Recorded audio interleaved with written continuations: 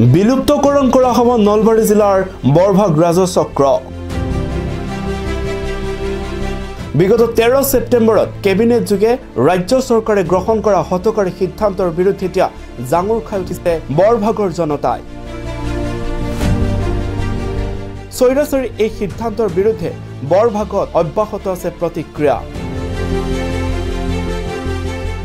অঞ্চলটোৰ দল সংগঠন অনুষ্ঠান প্ৰতিষ্ঠান ঐক্যবদ্ধ হৈ চৰকাৰৰ বিৰুদ্ধে প্ৰতিবাদ কৰাৰ হুংকাৰ দিছে।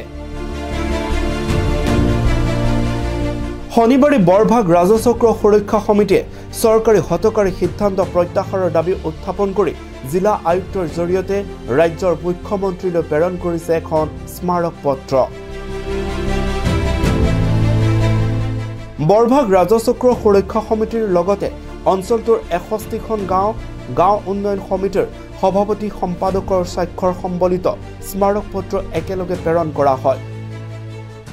13 ছেপ্টেম্বৰত কেবিনেটৰ এক সিদ্ধান্ত অনুসৰি অসমৰ বিভিন্ন প্ৰান্তৰ লগতে বৰভাগ ৰাজচক্ৰ বিষয়ৰ কাৰ্যালয়টো বিলুপ্ত কৰাৰ যি সিদ্ধান্ত, এই সিদ্ধান্তত বৰভাগবাসী ৰাইজ মৰ্মাহত হৈছে, দুখ পাইছে আৰু এই ৰাইজ ওলাই আহিছে বৰভাগ ৰাজচক্ৰ বিষয়ৰ কাৰ্যালয় ৰক্ষা কৰিবলৈ। আৰু আজি বৰভাগ ৰাজচক্ৰ বিষয়ৰ কাৰ্যালয় সুৰক্ষা সমিতিৰ তৰফৰ পৰা আমি অসমৰ মাননীয় মুখ্যমন্ত্ৰী মহোদয়লৈ আমাৰ সুৰক্ষা সমিতি আৰু বৰভাগ ৰাজচক্ৰ বিষয়ৰ কাৰ্যালয়ৰ অন্তৰ্গত 61খন গাঁৱৰ বিভিন্ন গাঁৱৰ মেমৰেণ্ডাম স্মাৰক পত্ৰ আৰু বিভিন্ন দল সংগঠনৰ স্মাৰক পত্ৰ সন্নিৱিষ্ট কৰি আমি মাননীয় মুখ্যমন্ত্ৰী মহোদয়ক জিলা আয়ুক্ত মহোদয়ৰ জৰিয়তে আমি এক স্মাৰক পত্ৰ প্ৰদান কৰিছোঁ।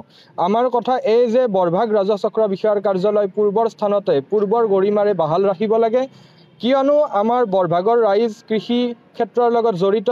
71% ৰাইজ বৰভগীয়া ৰাইজ কৃষি কৰ্মৰ জৰিয়তে জীয়াই আছে। গতিকে আমি বৰভগীয়া ৰাইজে ইয়াৰ পৰা 40 কিলোমিটাৰ দূৰত যদি আমাৰ এই বৰভাগ ৰাজচক্ৰ বিষয়ৰ কাৰ্যালয়টো সংলগ্ন কৰে, আমাৰ ৰাইজ যথেষ্ট অসুবিধাৰ সন্মুখীন হ'ব। এই কথা বৰভগীয়া ৰাইজে কেতিয়াও মানি নলয়, এই কথা স্পষ্ট। আৰু সেয়েহে আমি আজি জিলা আয়ুক্ত মহোদয়ৰ জৰিয়তে মাননীয় মুখ্যমন্ত্ৰী মহোদয়ক আজি বৰভগীয়া ৰাইজে বৰভাগ ৰাজচক্ৰৰ অন্তৰ্গত প্ৰতিখন গাঁৱে আমি জনাই দিব বিচাৰিছোঁ যে বৰভাগীয়া ৰাইজে এই সিদ্ধান্ত কোনো কাৰণত মানি নলয়। আৰু আজি এই স্মাৰক পত্ৰৰ জৰিয়তে আমি মুখ্যমন্ত্ৰী মহোদয়ৰ ওচৰত দাবী উত্থাপন কৰিছোঁ চৰকাৰৰ এনেকুৱা হঠকাৰী সিদ্ধান্ত বাতিল কৰিবলৈ। আৰু আমি ইয়াৰ পৰৱৰ্তী পৰ্যায়ত আমি নলবাৰী জিলাৰ অভিভাৱক মন্ত্ৰী, ৰাজহ মন্ত্ৰী আৰু স্থানীয় বিধায়ককো আমি এই স্মাৰক পত্ৰৰ প্ৰতিলিপি প্ৰেৰণ কৰিম। তেখেতসকলকো আমি দাবী উত্থাপন কৰিম বৰভাগ ৰাজচক্ৰ বিষয়ৰ কাৰ্যালয়টো পূৰ্বৰ স্থানতে পূৰ্বৰ গৰিমাৰে অক্ষুণ্ণ ৰখাৰ বাবে তেখেতসকলেও আমাৰ সংগ্ৰামত অংশ লওক। ইফালে বৰক্ষেত্ৰী সমষ্টিৰ স্থানীয় বিধায়ক দিগন্ত বৰ্মনক বেলচৰস্থিত নিজা বাসগৃহত সাক্ষাৎ কৰি প্ৰতিলিপি প্ৰদান কৰে।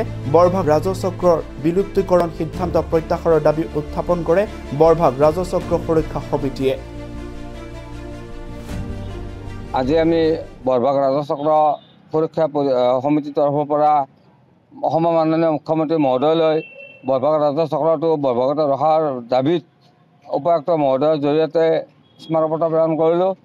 পৰৱৰ্তী সময়ত আমি আমাৰ অভিভাৱক মন্ত্ৰী, আমাৰ মাননীয় স্থানীয় বিধায়ক মহোদয়, ৰাজহ মন্ত্ৰী মহোদয়ক আমি স্মাৰক পত্ৰ প্ৰদান কৰিম।